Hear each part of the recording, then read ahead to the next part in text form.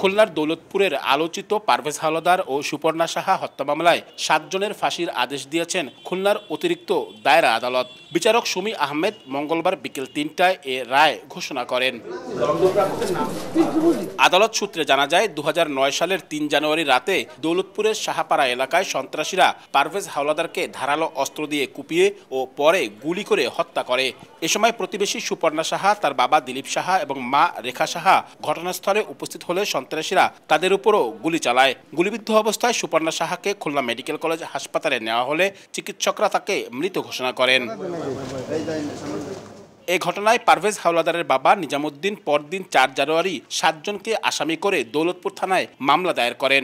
মামলার এজাহারে বলা হয়, তৎকালীন পুলিশ কর্মকর্তা শহীদুল ইসলাম রবির ছেলে মিথুন সহ 7 জন এই হত্যাকাণ্ডে জড়িত।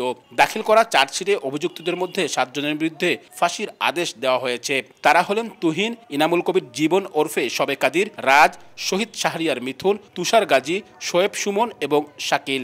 রায়ের সময় 4 জন আসামি আদালতে উপস্থিত ছিলেন, বাকি 3 জন পলাতক ছিলেন। পলাতক 3 জন হলেন ইনামুল কবির, শোয়েব সুমন ও শাকিল। খালাস পাওয়া 2 জন আসামি হলেন শামীম ও কুটি। রায়ে সন্তুষ্টি প্রকাশ করেছেন রাষ্ট্রপক্ষের আইনজীবী। মোট আসামি ছিল 9 জন, তার মধ্যে 2 জনকে উনি খালাস দিয়েছেন আর 7 জনকে ফাঁসির দণ্ডাদেশ দিয়েছেন।